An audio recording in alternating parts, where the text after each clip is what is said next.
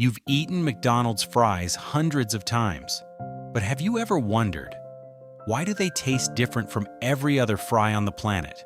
Not just better, different. Like they were engineered to be impossible to recreate at home, because they were. Think about it. Every time you try to make fries at home, they come out soggy, pale, or just wrong. But McDonald's fries? Crispy on the outside, soft inside, with that specific salty, savory flavor you can't shake. And here's the thing most people don't know. McDonald's actually changed their recipe back in 1990. And the internet still hasn't forgiven them. Up until then, they were cooking fries in beef tallow. Pure animal fat. The flavor was insane. Then they switched to vegetable oil. But they had a problem. How do you replace decades of flavor? The answer? Chemistry.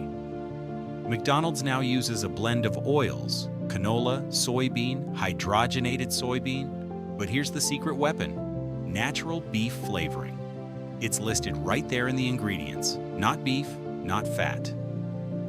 A flavoring derived from wheat and dairy that mimics exactly what beef tallow used to do. And the fries themselves? They go through a precise three-step process. First, they're blanched in hot water to remove sugar, so they don't brown too fast. Then they're par-fried at the factory, frozen at exactly the right temperature, then fried again in the restaurant. That double fry method, that's what creates the crispy shell while keeping the inside fluffy. Oh, and that perfectly uniform shape? Every single fry goes through a water knife that cuts them in milliseconds. They're literally cut by water pressure.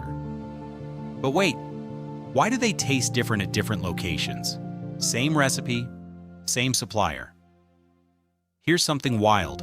The fry temperature, the oil age, even the altitude of the city affects the final taste. A McDonald's fry in Tokyo hits different than one in New York. And now you know why.